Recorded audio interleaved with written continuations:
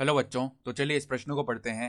ए एक 3 गुणा 3 क्रम का आव्यूह है तथा सारणिक ए बराबर 5। यदि बी बराबर 4a² तो सारणिक बी बराबर है विकल्प ए 20, विकल्प बी 100, विकल्प सी 320 और विकल्प डी 1600।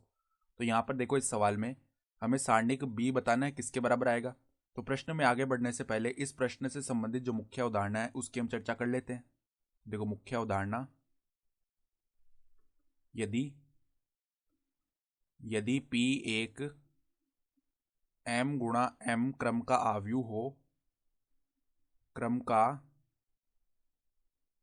हो, ठीक है। और अगर हम क्या करें, इस आव्यूह से जो मान लेते हैं एक अदिश को गुणा करते हैं k p, ठीक है। और इसकी सारणिक का अगर हम मान निकालें, ठीक है, तो वो किसके बराबर आता है। वो देखो यहाँ पर किसके बराबर आएगा।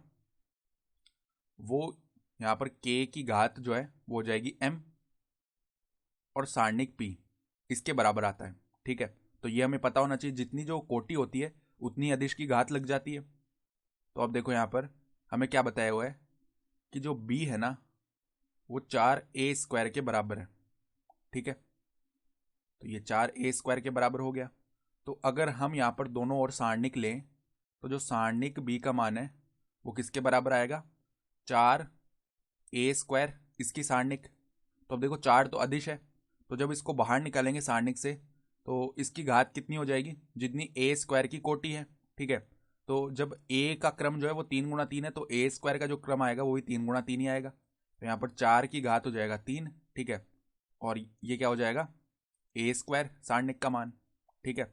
तो हम देखो ये भी जानते हैं कि जब भी ऐसा लिखा हुआ होता है कि सारणिक p की घात m, ठीक है, तो इसको हम ऐसे लिख सकते हैं p का सारणिक और इसकी घात m, ठीक है।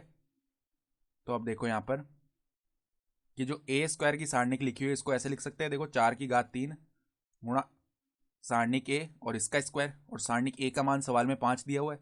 तो देखो 4 की घात 3 तो हो गया 64 गुणा में यहाँ पर 5 का स्क्वायर हो जाएगा यानी 25। तो 64 गुणा 25 कितना होता है, 1600 होता है।